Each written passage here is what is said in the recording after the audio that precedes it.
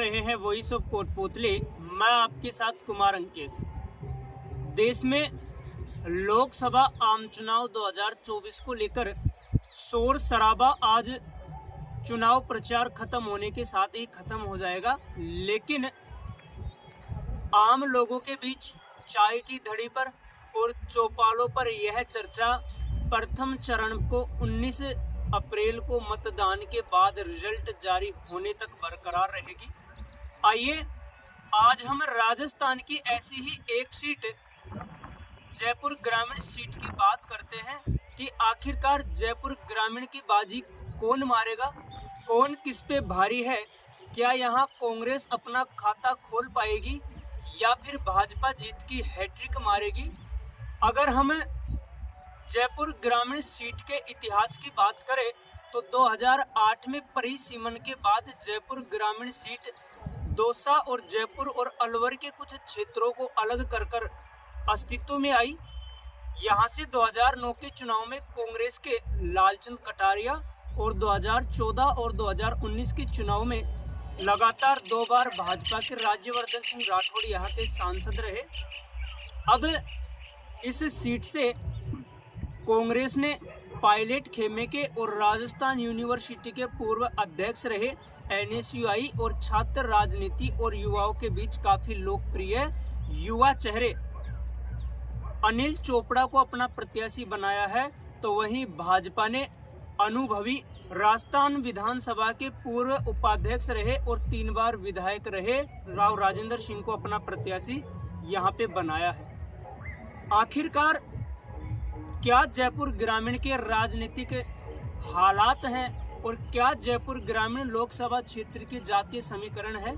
अगर हम जयपुर ग्रामीण क्षेत्र के जातीय समीकरणों की बात करें तो आपको बता दें इस बार करीब 21,84,978 मतदाता यहां पे मतदान करेंगे, जिनमें अनुसूचित जनजाति के करीब 1.25 लाख, अनुसूचित जाति के करीब 4 लाख, तो वहीं करीब 3.5 लाख जाट मतदाता यहां पर हैं।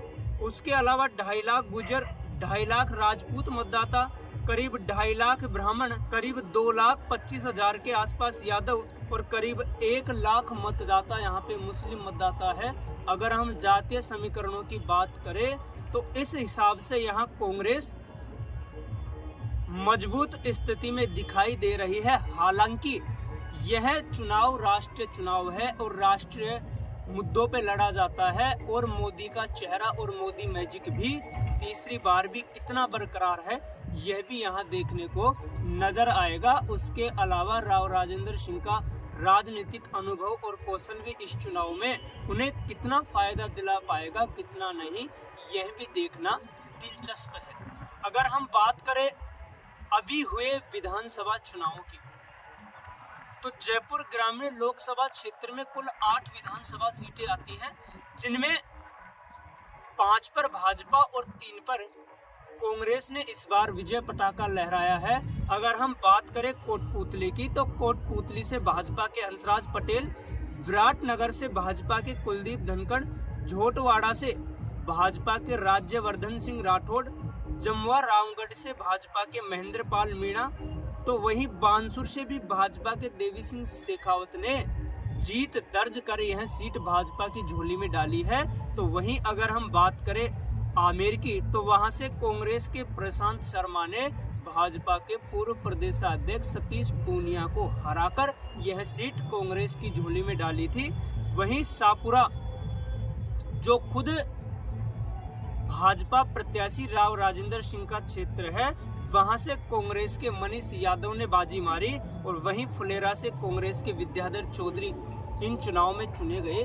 अब हम बात करते हैं हर एक विधानसभा क्षेत्र वाइज कि आखिर किस विधानसभा क्षेत्र में भाजपा और कांग्रेस की क्या स्थिति इन विधानसभा चुनावों में रही। तो हम बात करते हैं आमेर की। आमेर से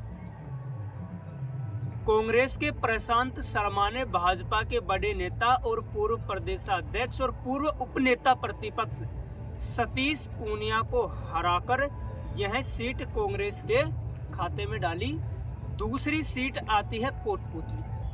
अगर कोटपुतली की बात करें तो कोटपुतली से पहली बार भाजपा के टिकट पर चुनाव लड़ने वाले, इससे पहले बागी होकर निर्दलीय चुनाव लड़े थे हंसराज पटेल ने उस समय के कांग्रेस प्रत्याशी और कांग्रेस के बड़े नेता पूर्व गृह राज्य मंत्री राजेंद्र सिंह यादव को करीबी अंतर से चुनाव हराया था। लेकिन अब कोटपुतली के राजनीतिक हालात विधानसभा चुनावों के बाद काफी बदले हैं, क्योंकि अब उस समय के कांग्रेस प्रत्याशी राजेंद्र सिंह यादव ने भी भाजपा का दामन थाम लिया है और उस समय भाजपा से बागी होकर चुनाव लड़ने वाले मुकेश गोयल ने भी भाजपा का दामन थाम लिया है। अगर वहीं हम बहुजन समाज पार्टी के प्रत्याशी प्रकाश चंद्र सैनी और जजपा के प्रत्याशी रामनिवास यादव की बात करें तो इन दोनों प्रत्याशियों ने भी कांग्रेस का दामन थाम लिया है और पूर्व संसदीय सचिव रामस्वरूप कसाना ने भी यहां कांग्रेस का दामन थाम लिया है। तो ऐसे में अब देखना होगा यहां कोटपुतली से कांग्रेस बढ़त बनाती है या विधानसभा चुनाव में जैसे चौंकाने वाले परिणाम सामने आए थे, यहां से भी भाजपा इस बार बढ़त बनाती है। अगली सीट आती है विराटनगर। विराटनगर से भाजपा के कुलदीप धनखड़ ने कांग्रेस के इंद्राज गुर्जर को चुनावी मैदान में हराया था, लेकिन अब तीसरे नंबर पे प्रत्याशी रहे रामचंद्र सराधना कांग्रेस को समर्थन दे रहे हैं और अनिल चोपड़ा के चुनाव प्रचार में डटे हुए हैं। अब ऐसे में देखना होगा कि कुलदीप धनखड़ खुद की तरह राव राजेंद्र सिंह को इन चुनाव में अपने विधानसभा क्षेत्र से बढ़त दिला पाते हैं या फिर रामचंद्र सराधना और इंद्राज गुर्जर दोनों मिलकर विधानसभा चुनावों की हार का बदला इन चुनावों में बढ़त बनाकर लेंगे। अब अगली सीट आती है जमुआ रामगढ़। जमुआ रामगढ़ की अगर हम बात करें तो जमुआ रामगढ़ से भाजपा के महेंद्रपाल मीणा ने करीब 1,41,000 वोट लेकर कांग्रेस के गोपाल सिंह मीणा को एक बड़े अंतर से चुनाव हराया था। अब हालात वही है या फिर बदलेंगे, यह भी मतदाता 19 अप्रैल को अपने मत के माध्यम से बताएंगे। अगली सीट आती है बानसूर।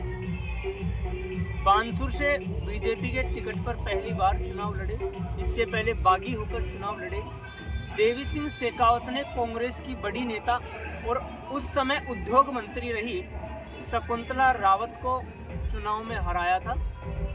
वहां शकुंतला रावत कांग्रेस तीसरे नंबर पर रही और दूसरे नंबर पर वहां आजाद समाज पार्टी के डॉक्टर रोहितास कुमार शर्मा रहे। लेकिन इन चुनावों में कोटपुतली की तरह बानसूर में भी बड़ा बदलाव और उलटफेर देखने को नजर आया है। दूसरे नंबर पर रहे डॉक्टर रोहितास कुमार शर्मा ने इशारों में अपने कार्यकर्ताओं से और अपने समर्थकों से अनिल चोपड़ा के समर्थन में मतदान करने का अपील कर दी है।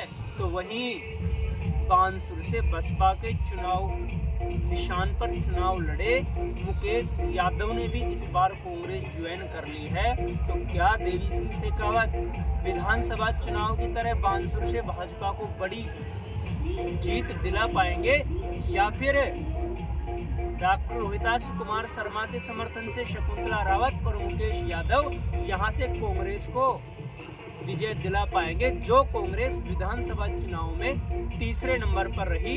ऐसे अगर बात करें शाहपुरा की तो शाहपुरा से कांग्रेस के मनीष यादव ने यहां भाजपा के उपेन यादव को चुनाव हराया है और भाजपा के उपेन यादव यहां 11,000 कुछ वोट लेकर तीसरे नंबर पर रहे। यहां दूसरे नंबर पर आलोक बेनीवाल रहे। यह शाहपुरा क्षेत्र खुद भाजपा के लोकसभा चुनाव प्रत्याशी राव राजेंद्र सिंह यादव का विधानसभा क्षेत्र है, जहां विधानसभा चुनाव में भाजपा महज 11,000 कुछ वोटों पर सिमट गई। क्या राव राजेंद्र सिंह और उपेन यादव मिलकर इस बार विधानसभा चुनाव की कसर को पूरी करेंगे, यह भी बड़ी बात होगी। अगर झोटवाड़ा की बात करें तो झोटवाड़ा से यहाँ के जयपुर ग्रामीण लोकसभा क्षेत्र से 2 बार सांसद रहे राज्यवर्धन सिंह राठौड़ ने अभिषेक चौधरी को बड़े मार्जिन से चुनाव हराया है। हालांकि अब वहां की स्थितियां कितनी बदलेगी या राज्यवर्धन सिंह राठौड़ का वह करिश्मा कायम रहेगा, यह भी देखना होगा। अगर हम बात करें जातिगत समीकरणों की जयपुर ग्रामीण की, तो यह सीट राजपूत, जाट और ब्राह्मण चेहरे के लिए सुरक्षित मानी जाती है। यही कारण है कि कांग्रेस ने यहां से 3 बार जाट समुदाय से आने वाले व्यक्तियों को प्रत्याशी बनाया और 1 बार ब्राह्मण को। तो वहीं भाजपा ने यहां से इस बार भी राजपूत बिरादरी से आने वाले राव राजेंद्र सिंह को अपना प्रत्याशी बनाया है। तो पहले भी राजपूत बिरादरी से आने वाले राज्यवर्धन सिंह राठौड़ को अपना प्रत्याशी बनाया था। इसके साथ ही इस लोकसभा क्षेत्र से कांग्रेस और भाजपा के बड़े नेताओं की साख भी दांव पे लगी है। अगर हम बात करें तो इस सीट से कांग्रेस की बड़ी नेत्री शकुंतला रावत की साख भी दांव पे है।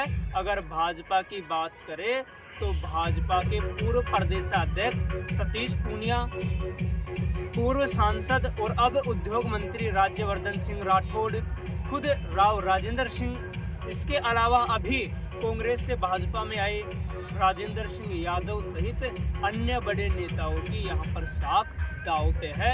अब देखना होगा कि जनता किसको अपना आशीर्वाद देकर देश की सबसे बड़ी महापंचायत लोकसभा में पहुंचाने का काम करती है, किसकी किस्मत खुलती है और किसके भाग्य में हार लिखी है। यह तो सब चुनावी रिजल्ट ही बता पाएंगे। आखिरकार आपकी क्या है राय, कमेंट बॉक्स में अवश्य रखें। धन्यवाद।